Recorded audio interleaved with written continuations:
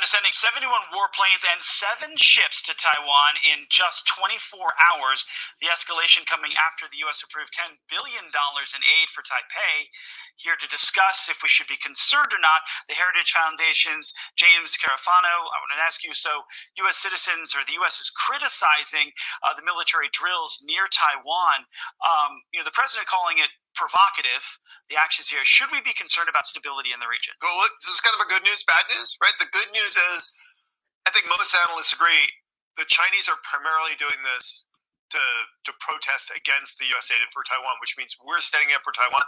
That's the good news. What's the bad news? Like, every time the Chinese do this, when their airmen fly and when their sailors go to sea, they are practicing the military skills to actually conduct an invasion. But you have to remember, there's 100 miles of water between them and Taiwan. This is a big operation. This is tougher than D-Day. Here's my concern. It's not today. It's not tomorrow. It's not even the next 2 years of Biden's presidency. You look at the long-run trends of U.S. military power versus Chinese military power in the region, our Navy is continuously declining. Remember, people say pivot to Asia, which is stupid because 70% of the U.S. Navy, guess where it is? It's in Asia. Right. There's nothing to pivot to Asia, right? We've got to build more ships.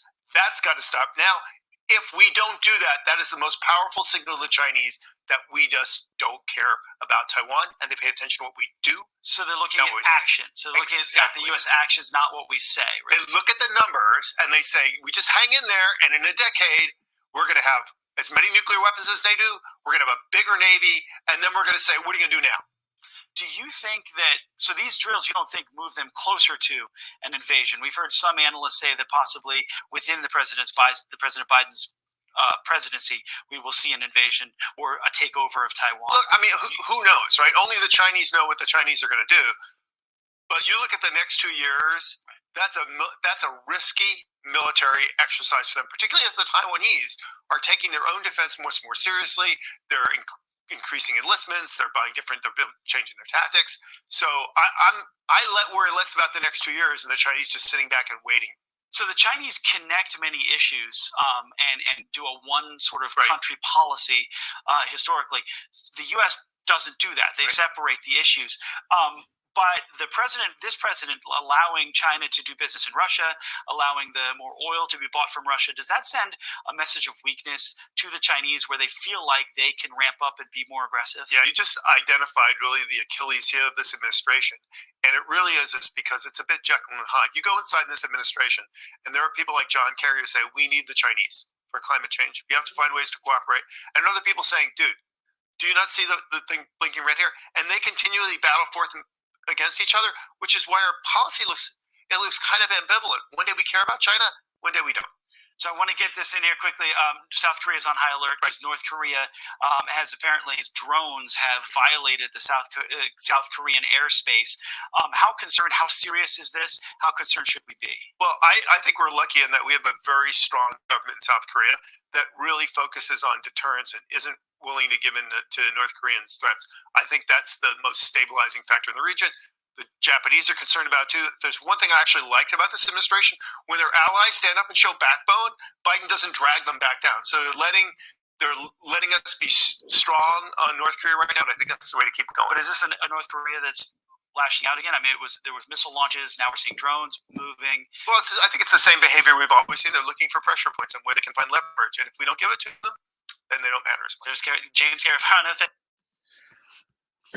All right, Shalom. First and foremost, want to give all praises, honor, and glory to Yahweh, Ba'ashem, Yahushai, Ba'ashem, Rakakwadash. Double honor to the elders and apostles, great millstone taught me this truth, and shalom to the hopeful elect, the Akim and the Aqua scattered around the four corners of the globe. All right, and this is going to be a quick hit through the spirit. All right, and I'll entitle it, all right, New War Front in 2023. Right, new war front in 2023. Right, and briefly in this lesson, I just want to touch on the escalating situations that we have. All right, between the United States, all right, and China, all right, as well as North Korea and South Korea. As mentioned in the video below. And these aren't new. This isn't new news, so to speak. All right, these things have been bubbling up for years and years and years, right? But, as the Apostle Tahar coined the year of 2022, the year of the turn up, right? We saw things turn up, right? Primarily with, the war in Ukraine between Russia, all right, and Ukraine, which is, Russia rising up, Gog and Magog. That's biblical prophecy, according to the book of Ezekiel, and other prophecies as well, Isaiah, 13, okay, the Medes, right? So they have rose up, right? And now, we're awaiting, more prophecy to take place, right? The nations, the nations that are going to be assembled, together, on the side of Russia, pursuing to Jeremiah, the 50th chapter. We can go ahead and start off with that, right? Because basically what we see taking place is we see the powers to be, okay, accelerating their plan for the NWO, right? Because don't let them confuse you, don't let them trick you. The powers to be are the ones that are going to bring World War III to fruition. All right, when you go and look at World War One, World War Two, and all the wars in between, the different wars that the United States have started. All right, they've all been for their benefit. They're profiteering off of war. All right, and World War III is no different. All right, they're controlling both sides. All right, when you go into the establishment of China, right, China was given its power, all right, by Esau Edom. All right, China was gifted, the right to be the manufacturing, giant of the world. All right, that was their gift for being, Esau's lapdog, so to speak. And that's also why there are prophecies written against Asia. All right, who in this times, primarily represents, the Moabites, the Ammonites. All right, the so-called Chinese, all right, and the Japanese. Right, but that's why there's prophecies, going against Babylon and Asia. All right, in Second Ezra's 15th and 16th chapter. Right, so they're playing their role in the MOTB, right, or playing the role in the NWO, bringing that to fruition. And the reason that I wanted to do this video is because we're starting to see an escalation as far as the mainstream narrative. All right, and you also have the TikTok situation going on. And when you go into the creation of TikTok, TikTok essentially is a Chinese company. Right, it's a Chinese company. All right, but what we're starting to see in the news is we're starting to see, and I'm going to get into it. We're starting to see that animosity being brought to the forefront in a similar fashion that Russia was brought to the forefront, prior to the actual invasion of Russia, into the Ukraine. But this is Jeremiah 50:9. It says, "For lo, I will raise and cause to come up against Babylon an assembly of great nations from the north country." Right now, that north country is talking about Russia. All right, it says, "And they shall set themselves in array against her." All right, and from thence shall she, speaking about Babylon the Great, America, from thence shall she be taken. Their arrow shall be as of a mighty expert man; none shall return in vain. Right. And the reason that I wanted to pull this is because, like the scriptures say, there's going to be an assembly of great nations that assemble themselves with Russia. Now, whether or not China is going to be one of those nations, we don't know, right? I don't know, right? But it is something to keep your eyes on, because when you watch the video and when you pay attention to the mainstream narrative, they're already hinting towards the possibility of Russia and China being allies. All right, so it's just something to keep your eyes on. Okay, but of course, we know this is all biblical prophecy. All right, and this is Matthew the 24th chapter. All right, and I'll start at verse 3. It says, "And he sat upon the Mount of Olives. The disciples came unto him privately, saying, Tell us, when shall these things be, and what shall be the sign of thy coming and the end of the world?" Right, speaking about the end of Esau's world, right? The end of this current world system, okay? The beast system, All right, because like the scriptures say, Esau is the end of the world, and Jacob is the beginning of it that followeth. Right. So, in order for the kingdom of heaven to be established here on the planet Earth, with the so-called Negro, Latino, and Native American, all right, being put back in their proper state as the head, in order for that to happen, we have to see a complete destruction of this current world system. Okay, but this is verse 4. It says, "And Jesus, or and Yahushua said, answered and said unto them, Take heed that no man deceive you, for many shall come in my name, saying, I am anointed, or I am Hamashiach, and shall deceive many." Right, which is what we see all over the internet. All right, all across the board, between these other Israelite camps, between these radical rogue guys proclaiming to be King David. All right, and even within the Christian church, as foregone as they are, all right, you still have them trying to hang on to what congregation they have left. All right, but this is verse 6. This is the point. It says, "And ye shall hear of wars and rumors of wars. See that ye be not troubled, for all these things must come to pass, but the end is not yet." Right. So we've been seeing wars and rumors of wars. All right, and actual wars popped off. But as we know, according to the will of Yahweh Hashem Yahushai, he works gradually.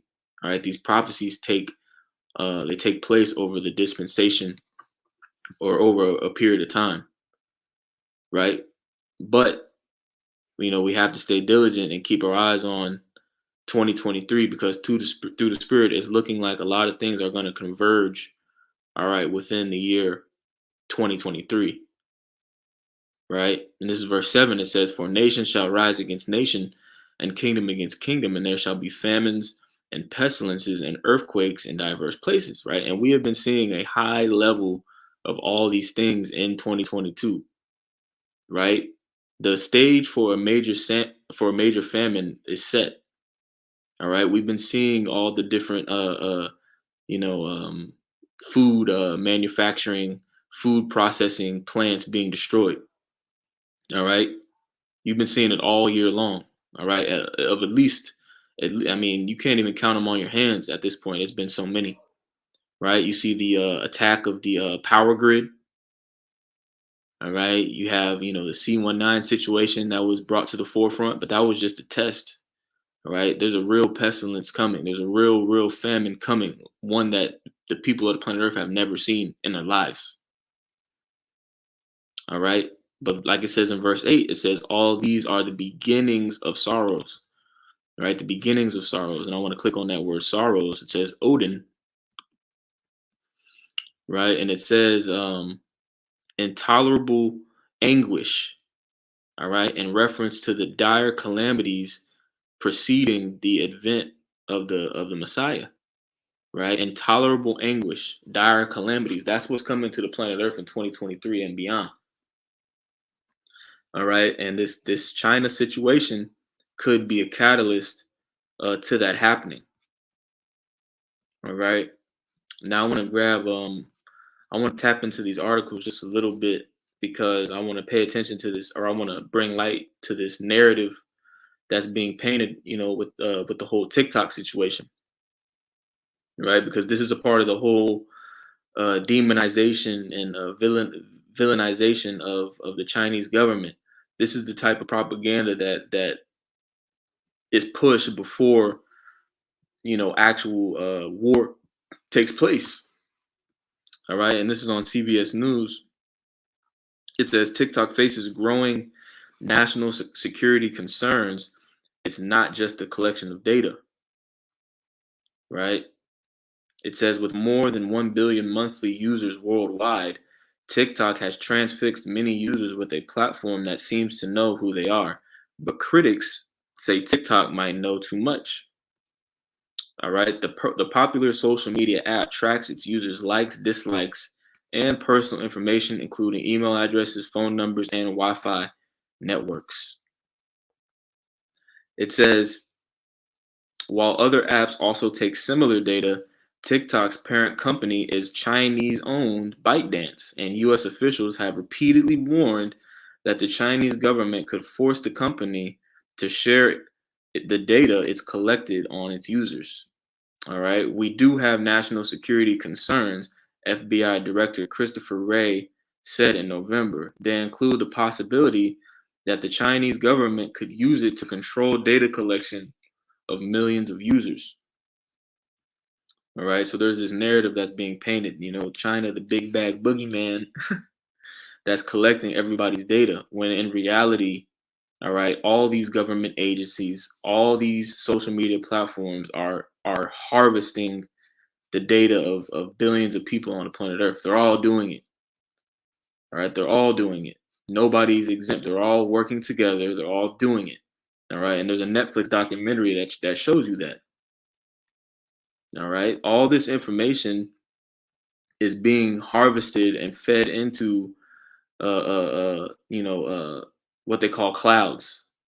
They call them clouds, but they're all being fed to the same cloud, right? Google is a big part of that. Microsoft is a big part of that. IBM, these major technology companies, they're all working hand in hand because, it's all leading to the MOTB. All right, it's all leading to, basically an idol that Esau Edom is creating, that's based off of technology, that's based off of, making man a god, right? That's really what this is about. Esau is trying to become a god, and part of that is harvesting all the data of the human race, But let me read a little bit more on this, and then I'm gonna hop into another article. It says, it's not just the collection or theft of that data, Carlin said. It's also the manipulating what it is that you see. And the question is, for national security professionals, do we want China determining what it is that we see here in America? All right. Let me see. So that's pretty much all on that. All right. But this TikTok situation, is going to be interesting, because as I get into this next article, if the U.S. government bans, or if states start to ban TikTok, right, that could be seen as a slap in the face, by the Chinese, right, which could in turn, push them to become even more aggressive, all right, in regards to Taiwan, because Taiwan is about Taiwan, as many brothers know, Taiwan basically has a monopoly on chip manufacturing, all right, on the world scale, on the world stage. All right, so if TikTok takes a hit, it could be seen as a slap in the face, and China could use that as fuel for the fire to get even more aggressive with Taiwan. Go tick for tack, if you will. You know what I mean? But it's all a game. It's all a spectacle. The powers that be are they're setting up this narrative, because through the spirit we can see that the war drums are beating, and war is about to escalate even more in 2023. All right, but this is a Fox Business. It says Kansas governor bans TikTok on government issued devices. All right. So I'm not going to get into this article, but like this may be the tip of the iceberg. We could start to see more governors, more states begin to ban TikTok. Right. So let me finish off with this. This is Joel chapter 3 and verse 9. It says, proclaim ye this among the Gentiles, prepare war, wake up the mighty men, let all of the men of war draw near, let them come up. All right, beat your plowshares into swords, and your pruning hooks into spears. Let the weak say, I am strong. And that's exactly what China is doing right now. All right, because when you go back to the beginning, that video that I played in the beginning of the video, all right, the analyst was bringing up the point that the U.S. Navy, all right, the U.S. Navy is starting to China is starting to level the playing field as far as the Navy is concerned, as far as sea power is concerned. All right, which is what they're saying. Whether that's true or not is irrelevant. All right, but what they're saying is China's Navy is getting leveled up. All right, so if China, if their Navy is coming up on a level, all right, and they do team up with Russia, all right, you have a very formidable alliance. All right, because the Russians also have a very advanced navy as far as submarines go. All right, so things are getting interesting, and another thing to consider as well is the impact on the economy a China Taiwanese war, the economic impact that would have. All right, we already have the economy on verge of major downturn. All right, could that be the domino? Who knows? We'll just have to wait and see. But that's pretty much all I wanted to get on that. Lord willing, this lesson